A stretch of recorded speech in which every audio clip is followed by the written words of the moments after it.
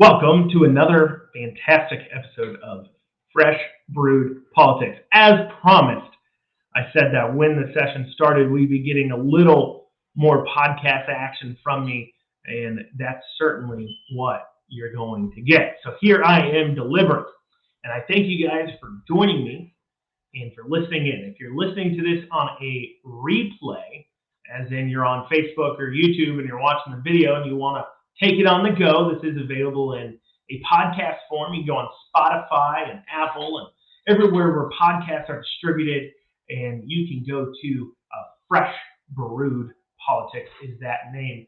And you, if you're watching live, and I see you guys out there watching live, go ahead and hit that share button for me. I want to talk about Senate Bill 1 and the 40% tax increase and kind of break it down and keep you guys informed. As always, please, if you have any questions, concerns, or issues, you can email me at andrew@cooperwriter4ky.com.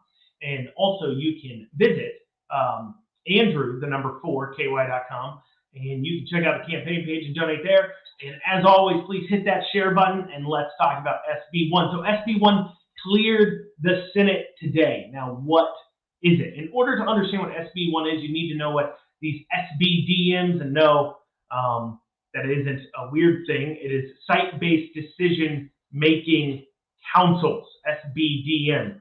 What is that?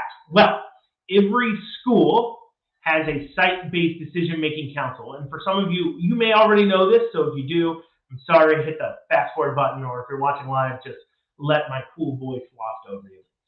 What they are is they are councils made up of teachers, administrators, and parents. It's typically 2 parents, 3 teachers, and 1 administrator. Now, site-based councils are able to be bigger, but they have to move by the same multiple. So site-based council can be as big as 2 administrators and 6 teachers and 4 parents, or however you want to do it. Now, this site-based council is in control of curriculum, hiring and firing of principals to a degree. We'll kind of go into that, and a lot of other things. And these site-based councils, how they work or how they're elected is that the parents of students, and these elections are typically put on by the PTA, elect parents to represent them on the council. Teachers elect teachers that go to that school to elect them on the council. And then the administrators are appointed by the principal. And so this council, as far as hiring and firing goes, this council makes recommendations to the superintendent or to the central office. Which, fun fact about Fayette County Public Schools, some of you may be unaware, I just found this out yesterday. Over the last 10 years, central office has more than doubled in size, in the number of staff. I find that fascinating. So anyways, so they recommend a principal or staff to the superintendent, and the superintendent can decide to hire or fire that individual. Or hire that individual. If they want to hire them, then they say okay. If they don't want to hire them, they then turn back to the site-based councils and ask them for a new recommendation. So the superintendent's not able to go out there and just find their own principal. The idea behind this was you had site-based councils that understood and could control that specific situation. Now, there's a lot of issues people have with these site-based councils, and they're going to differ based upon where you live. I'll give you an example. If you live in a more rural part of Kentucky, in or just even a smaller county, for an example, a neighboring county to me is Jessamine County. I believe Jessamine County has one elementary school specifically for kindergarten to like 3rd grade. Then I think they have 2 or 3 elementary schools, 2 middle schools, and 2 high schools. So they don't have a large number of schools. Some counties even are sharing schools with other counties and things like that. But then you have places like Jefferson, Fayette, Northern Kentucky, where, I don't even know how many elementary schools we have, but it's a fair amount. I believe we have somewhere around at least 100 schools or 50 schools or so. It's high. It's really high. Jefferson County, I know, has tons of schools. And so the issue becomes, and this was something actually brought up on the floor by a Democrat when they were discussing this bill, Senate Bill 1, on the floor, was that in a town like Jefferson County, you may move all through high school from school to school to school to school. I'm sorry, or all through elementary school, middle school, high school. You may be moving around schools, 2 or 3 schools during your elementary time. That's not too crazy, especially if you're renting. You may move around or try to move into better school districts as you can afford better school districts. But the problem is that where every single place gets to set their own curriculum, there is no set curriculum across the district. That is some cause of concern. The other issue is that when you have these site-based councils that people are concerned about, is that you have you have right now how the council's set up where it's majority teachers and it's not majority parent. The parents' voices don't really matter and they're drowned out. In fact, a lot of people like to claim that in site-based councils, it's hard to get parents to even partake in it. But a big reason why is because the parents' voices don't matter on these site-based councils. So you end up with the teachers kind of setting it. And there's been a couple situations that, as I've learned more about this bill and I've talked to more people about it, where these site-based councils tend to be, let's see here. Sorry, somebody said my audio might be a little off. Let's see here. Oh, yep, that is it. There we go. How's that, guys? Is that better audio? Sorry about that. Thank you for letting me know about my audio situation. So there has been situations where the site-based councils have pushed back against the wish of the parents, such as maybe one that comes to mind might be some situations about like trips or things like that, where maybe parents don't want to go, but the teachers like to go on these school trips that are overnight and things like that because, well, the schools pay for a trip and it's a free trip for the teachers. And so these site-based councils decide to put on these field trips sometimes that then everybody else disagrees with. The teachers don't want to do anymore. There's a situation that's described to me where that occurred in one school where the parents didn't want to do the field trip anymore, but the site-based council teachers wanted to keep doing it. So they decided to go ahead and do the trip anyways against the parents' wishes. Now, of course, you don't have to send your kids on it, but the school's paying for all these teachers to go on this now free trip. And so there's some situations like that. Now, where this reared its ugly head and why Senate Bill 1 even came about was this past year with this whole, with as we've been dealing with CRT and these gender theory issues and all kinds of other issues that we see being taught in our schools that we as individuals sometimes or oftentimes disagree with. And what that means is well, correction. We had issues with that. And then what happened was the legislator held some hearings about it. Lockett, Representative Lockett out of Jessamine County, proposed BR 69, which has become a House bill number that I should have researched before I came on. Sorry, but it wouldn't be BR 69 anymore. It'd be called something else because the session has started. But pull that up, Nick. Thanks.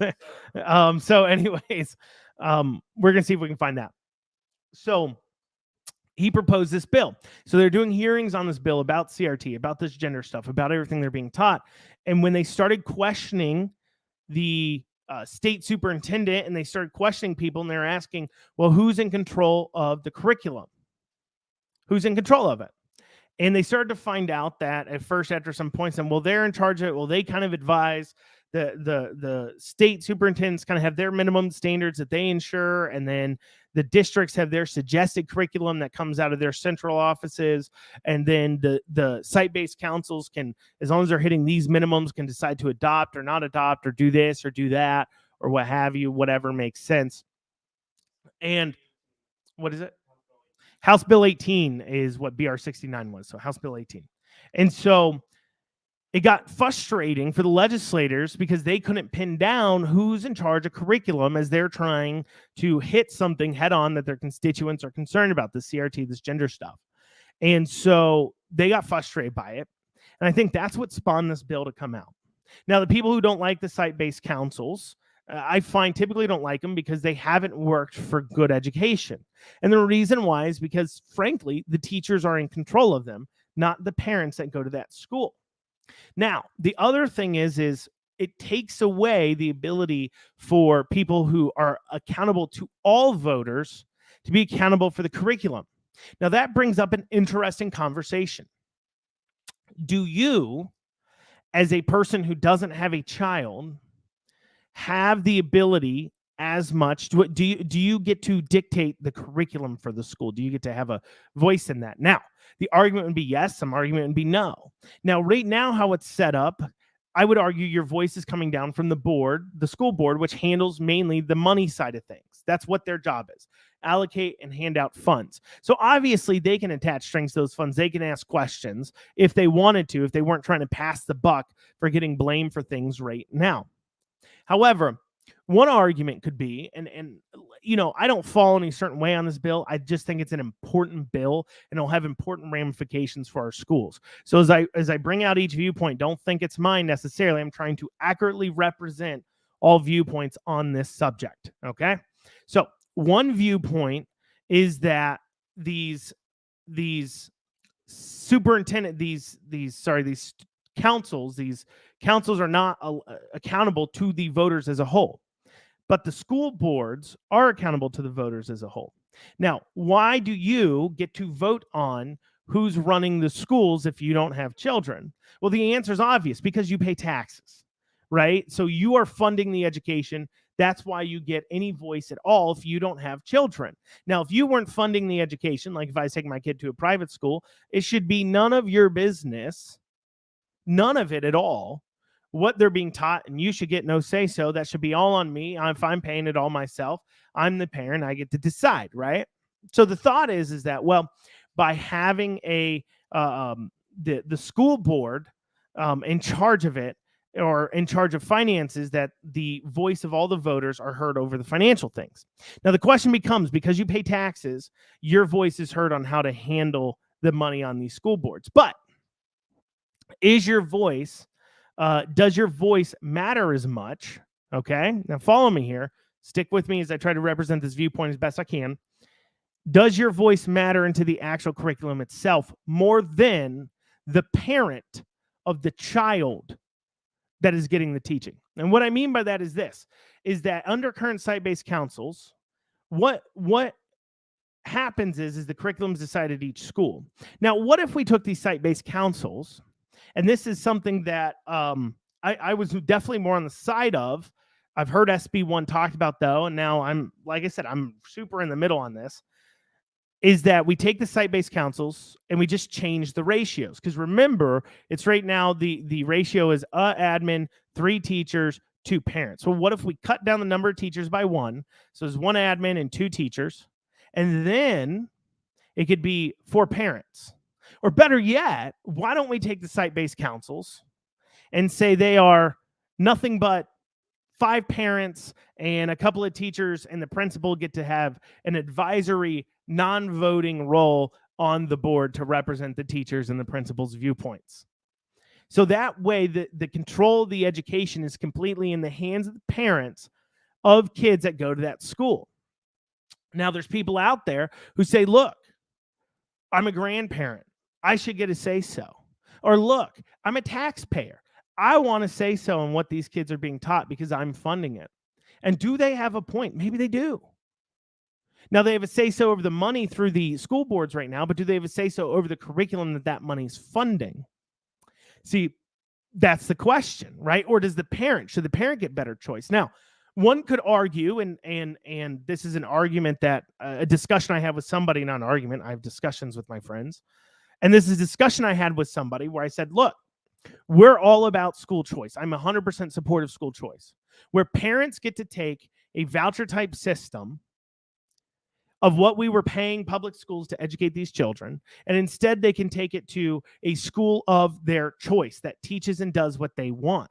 So if you're in favor of school choice, it is hard for me to see how you would say, well, no, we want necessarily a say-so over another person's child's curriculum, because school choice is all about parents having a choice of curriculum and then them being rewarded or punished on the free market for that decision. Now, on the flip side of that argument, I know I'm getting super technical, so bear with me and hit the share button because I know this is interesting to a lot of people. On the flip side of that argument, you can say, well, we don't have school choice right now. And so because we don't have school choice right now, there isn't a free market of ideas.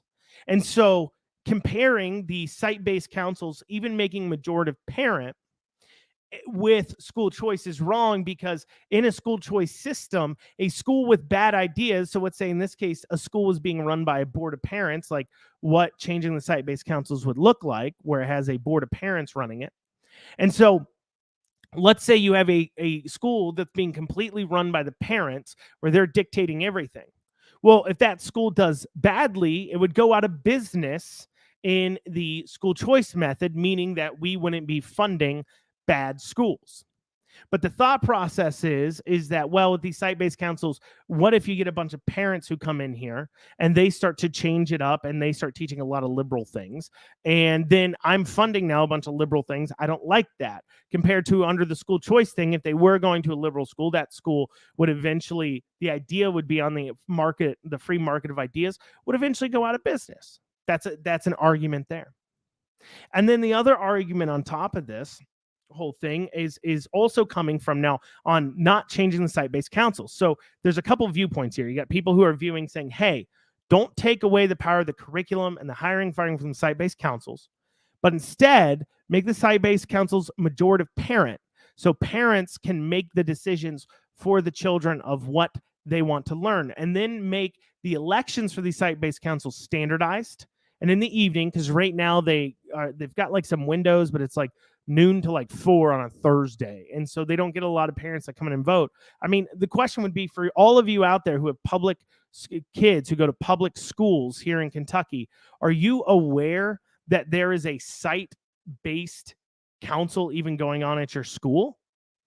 Exactly. You're pretty much probably unaware of it. So one argument is, let's make the councils bigger and of more parents, sorry, not bigger, but majority of parents, so parents can make the decisions over curriculum in the schools, but it's only the parents of kids who go to that exact school. The other argument is, now this argument is coming from the school unions and everything else. They don't want it touched at all.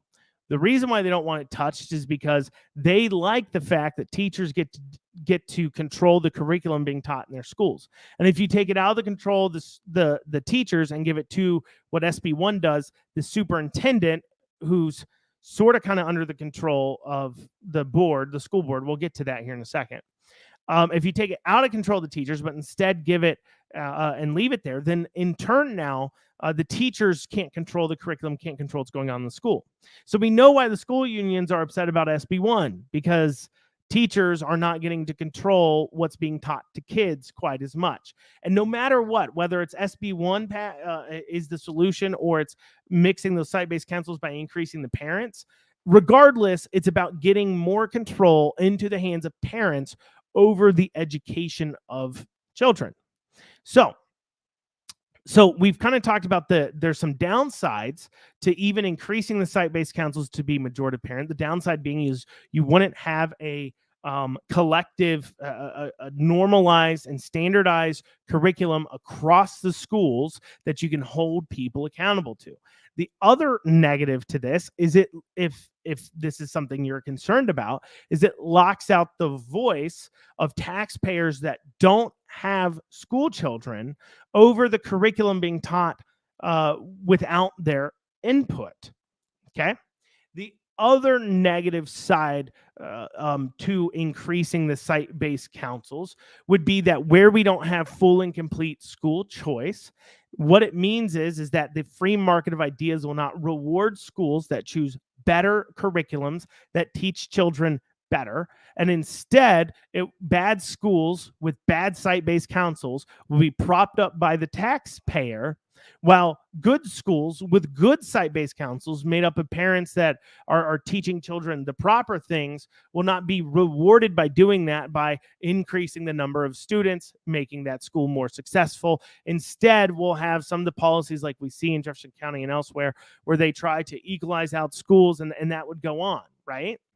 And so, not saying that necessarily those policies are wrong, I'm just saying those are the negatives. Now, So the plan SB1 puts forward is it moves the hiring and firing of principals to the superintendent, which means the principals now are directly accountable to the superintendent, and it moves curriculum to being in charge by the superintendent. Now, this could be good, this could be bad, and it depends. Now, here's my arguments, okay? One is it increases the stakes. And here's my arguments against. Well, not my arguments. Here's the arguments against. Here's the arguments for. Arguments for is site-based councils have failed. Arguments are all the negatives I just said about site-based councils, that they're controlled by the teachers. Arguments against increasing the parent control is you don't have standardized curriculum and you're locking out taxpayers. Arguments against the giving it to the superintendent is this. One, we now have an unelected bureaucrat in charge of the curriculum. Now, they are accountable to the school board, but who else are they accountable to? Well, they're also accountable to the state superintendent, or Kentucky Department of Education, which means if now the superintendent has control over it. Now, let's all rewind for a second to the whole mask mandate situation that started out our school year, where KDE put down a mask mandate and said, this is a mask mandate and everybody's going to follow it. And they were required to, and all these places and superintendents and schools were like, KDE said we had to do it. We have to do it. Now, some said, hold on a second, I don't know if you're that power, and decide to try to fight back. But KDE does have control over a lot of what these schools do. So if you're moving curriculum to the superintendent, does now the KDE and the state superintendent of schools have control over what your child learns? Are we centralizing power too much? Now, Republicans that are in the legislature could not be worried about this because they know that a Republican governor is taking over, or they believe that it is, and chances are it is. However, let's not forget we're under Beshear right now, and the question we have to ask ourselves, does SB1 give Governor Beshear more control over your parents' curriculum than he has now? And do you want that? I know I wouldn't want my child to be under more control from Andy Beshear's situation. So that's of some concern. The other concern here is when it comes to the school boards, it does take parents and citizens to get involved with their school boards. But we know that these elections are insanely expensive. I am talking about there is in the realm of power, okay, just being honest, in the realm of power, you have, I would argue that state house reps might have more a quote unquote power because they're passing state laws than a local school board member has. However, when you look at some of these local school board elections, there is more money being dumped into them than there is for some of these state house races by far, sometimes by doubles or triples. You know, an average state house race may raise 40, 50K the entire election. There are school board races that raise 80K, 90K, 100K in the state of Kentucky. So what that means is because these school unions get super involved, and it's a super big thing for special interest to control. And so, yes, it takes parents getting more involved, but are we shifting more power to be able to be taken advantage of by these school special interest school unions that are dumping thousands of dollars into elections, that then it takes somebody else having to be able to raise thousands of dollars? I mean, let's be honest, my own election, we've raised a fair amount of money. But the problem is most people can't do that. Most people can't do that because they don't know enough people. People don't know them. They don't have a track record like I do.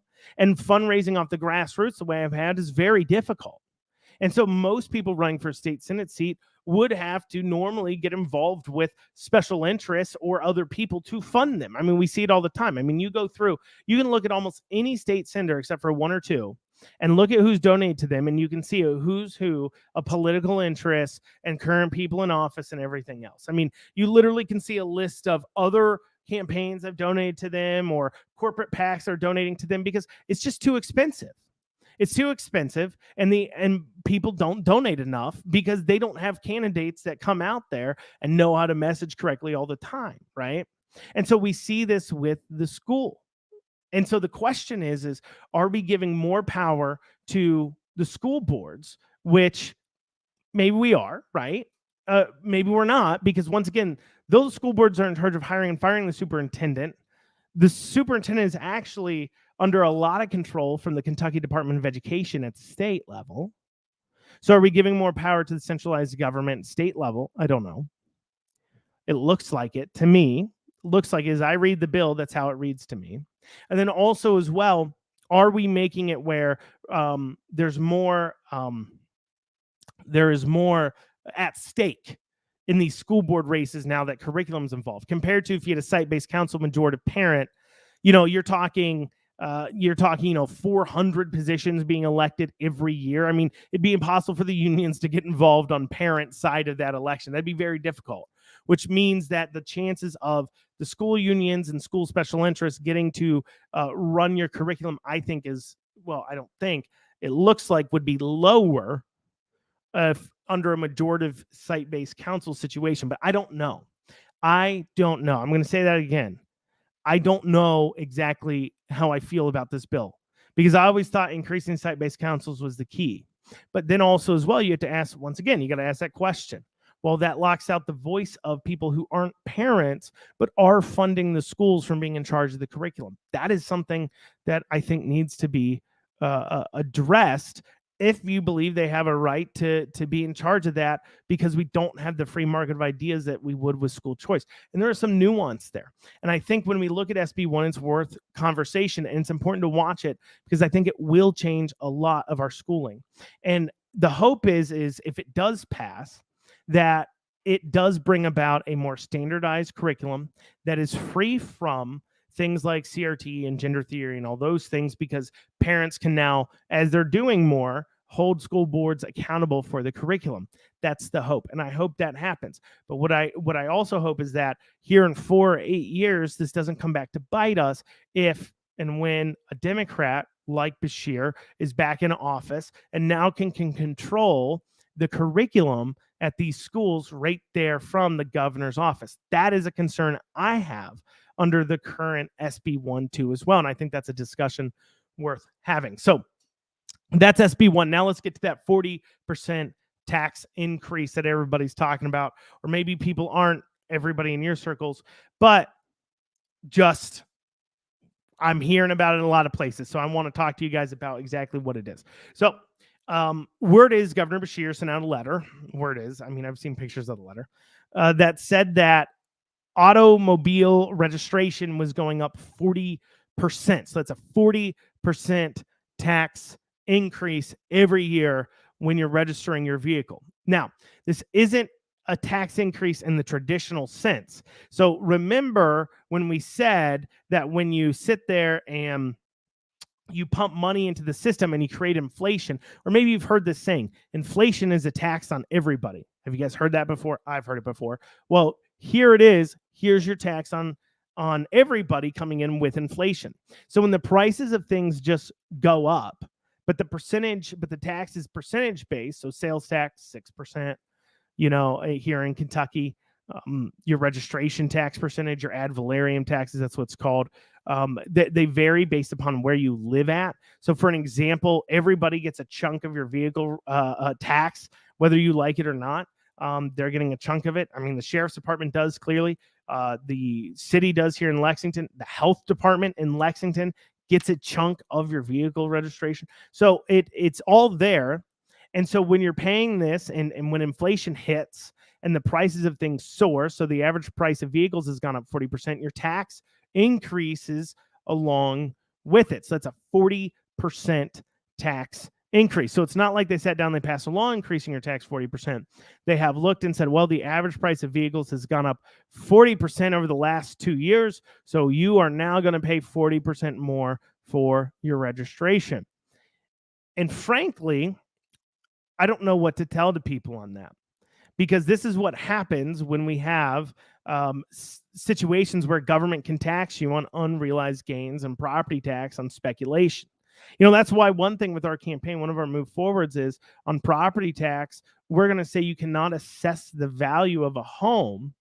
You have to assess the value of a home based on its last sales price, because I know here in Lexington, I know a lot of places, they got this where they got sent letters where their property tax was being increased because the property value of homes had gone up in the area. And so if instead we'd switch to saying, look, you can't just claim now that you're increasing my taxes because you believe my home's worth more. I've never sold my house. The market has never spoke about what my house is exactly worth. And it happens to people all the time where they're paying property taxes on a amount and they end up selling their house, and they either sell it for less or even sometimes more than a property tax amount. So letting the government come in and frankly speculate on the value of your home is ridiculous. And so therefore, that's why one thing on the campaign there we promised to do is to file a bill that would only allow property tax to be assessed at the time of sale or purchase or where the market can speak on what the price is. But that doesn't address property tax as a whole. Now, there's a lot of saying here where property tax is an issue, right? Is it an immoral taxes? And what I mean by that is, and I think most of us could agree, that income tax is immoral. And I believe it's immoral because the government is getting paid before you can even feed your children. And in this world, you should never be taxed before you even get to feed your children or provide the basics for yourself, because that's like saying that the government's existence to lord over you is more important than your existence. And I have an issue with saying that, because you do not belong to anybody. You do not belong to your government. And when your government says, I'm getting mine before you get yours off your own hard work, well, that's wrong. But when it comes to property tax, there's some discussion on, is that an immoral tax or not? And that is true. Now, I think a large part of it is because of how high the property taxes are on most of these things. Because you literally cannot afford to own something you have purchased from somebody else, because the government is insisting on getting its VIG, on getting its percentage off the top every year, paying it for its protection. And so that's where we definitely got to take a look here at how we're taxing and directly address it directly. Is there a way we can deal with property tax? Certainly there's a way we can deal with income tax. Is there a way we can deal with property tax? And if that means the government has to cut back, then government needs to cut back. Now, of course, despite all this, I fully expect, if it has not been proposed yet, the state legislature put forward a gas tax bill to increase your gas taxes because the roads just need more money. Despite you paying more in registration, despite you having to pay more for vehicles, despite you paying more at the gas pump, they're going to say, we just need more money. And you can see it coming. I can see it coming. We can all see it coming from a mile away. They try it every year, and we're going to have to stop it again this year like we do every other year. But that's what we have to watch out for and be on alert for. So this 40% tax increase is simply because the value of vehicles has gone up. And so it gets automatically increased. Now, I would be well more than in favor of certainly, and I'm sorry, but even the most swamp rat Republican out there that it possibly exists should at least be enough of to pretend Republican to be in favor of putting a limiter on increasing a tax like this by 40%, regardless of what the values have gone up. Because this is a way to really make inflation, government-caused inflation, bite you in the butt. I mean, look, you're getting inflation from the government pumping money in, and now the government's going to come in and rake in 40% more a year off your vehicle registration taxes because they've pumped in more money to cause inflation. See, government kind of likes inflation. This is why, because they pull out loans. Loans are worth X amount. But as inflation goes up, the value of the dollar goes down. The real cost of that loan goes down because you just have more money coming in. You just have more money coming in. So the government actually kind of likes inflation sometimes because it helps them do more, pay more, borrow more, and pay, and makes their debt look less because they're bringing in more money. So we need to, even though worst of Republicans need to at least be able to say, look, you can't jump it by that big of a percentage, regardless of what it is. Regardless of if that particular value going up, you cannot bump everybody's percentages by X amount. That's ridiculous. That's out of control. You just don't need it, because while vehicle prices have gone up by 40%, the cost of roads haven't gone up 40%. These budgets at all these places like in Lexington, the sheriff's office and the health department, all of them, they're not going up 40%. It's not like everything's going up 40%. It's just that one item. And to tax you more for the privilege to own an item that through government produced inflation and government produced labor shortages has caused to rise in price. They're getting you on the cost to purchase it, and now they're getting you on top of that. And it's all, quite frankly, ridiculous, and it needs to stop. Well, thank you guys for joining me. As always, please share this with people. Let people know. Make sure you sign up for alerts from our pages. So when we go live with these, you'll be on top of it. We'll probably go live next week, probably Tuesday, Wednesday next week, and bring more news from the legislator and more news about what's going on out there. Thank you, guys.